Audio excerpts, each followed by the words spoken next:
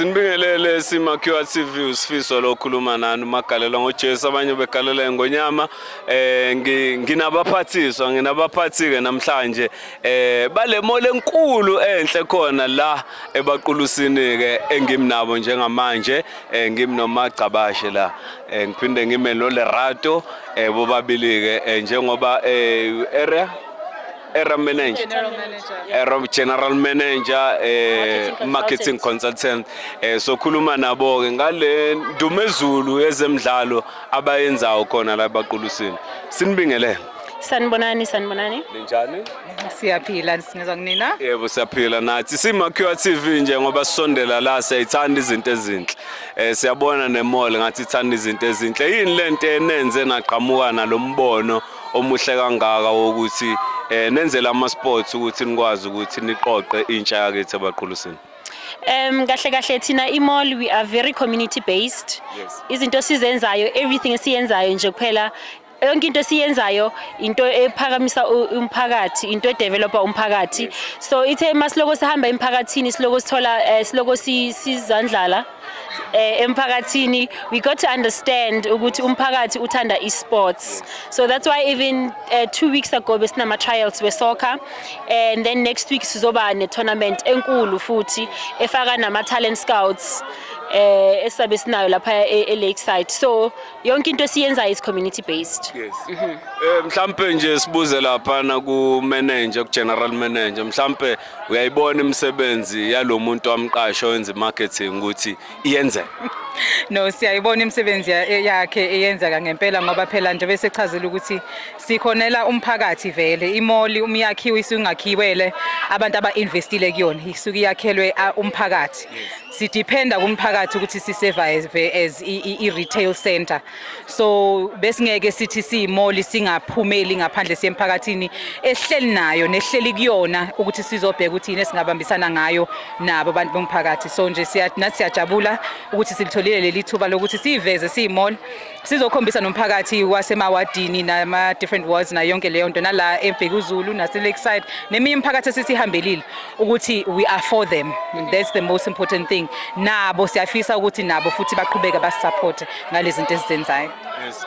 Mphathi njengoba sinenkinga sintule indawo zokudlalela nje la ebaqulusini, niyabona nani nize nayicinga nje lena nayitholi yodwa kulolonke lelilokishi njengoba lingaka. Mhlambe siyakubona kuba khona ukubambisana nomkhandlo wethu wabaqulusi municipality kanye nabanye osomabhizinisi, mhlambe ukuthi nisivusele izinkundla zethu zemidlalo njengoba nemall ukuplower back futhi emphakathini.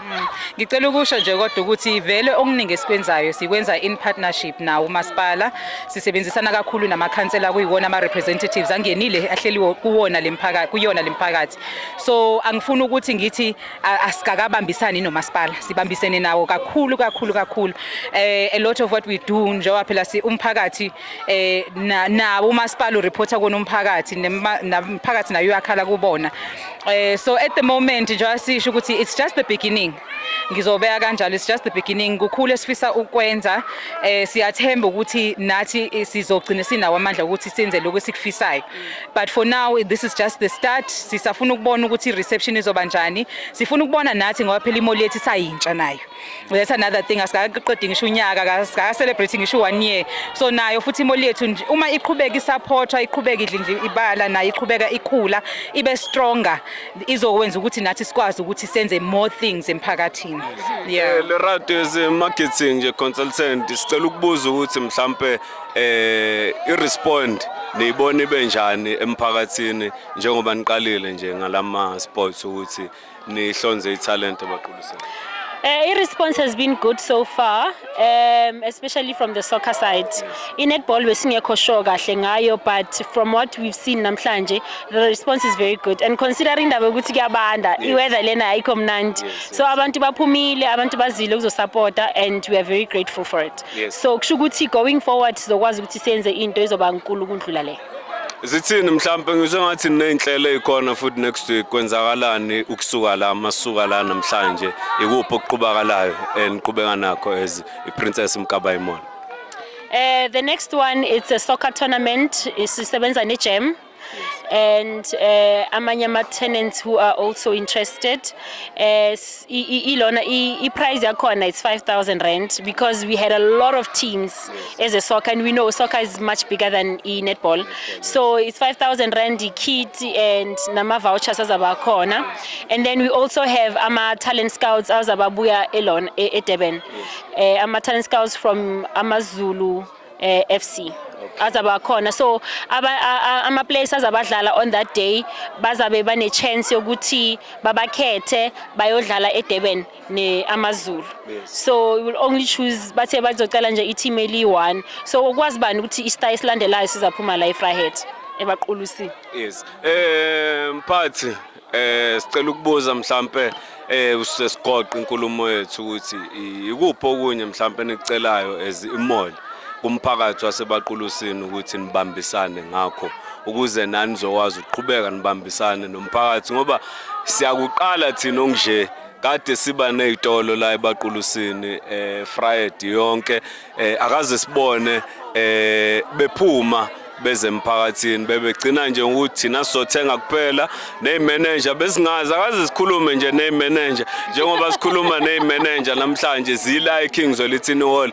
Siyakweshwama nje lokho somphakathi wasebaqulusini mhlawumbe ukuqhubeka ubudlelwane nabantu basebaqulusini kuphe nikufisa ukuthi nathi somphakathi sibambe iqhaza kukho emall ukuze idlondlobale ephambili.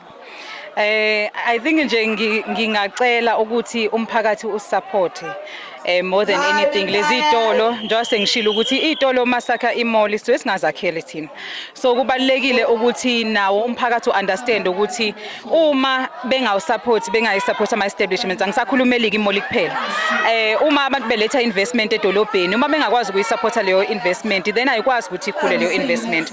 But nje ngikoda ngithanda nokubonga isupport esitholile emphakathini so far.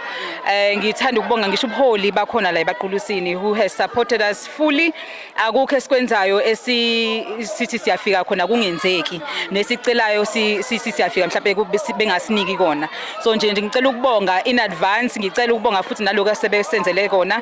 Sicela nje futhi ukuthi kuqhubeke lama partnerships, sigqugquzele nabanye osomabhizinisi abakhona la ebaqulusini ukuthi nabo baqhubeke baplowe back into communities. Sibonile la sasibona nje ngasathi sinama trials esoccer eLakeside ngendlela ekwakugcile ngayo and kwagcwele abantu abasha.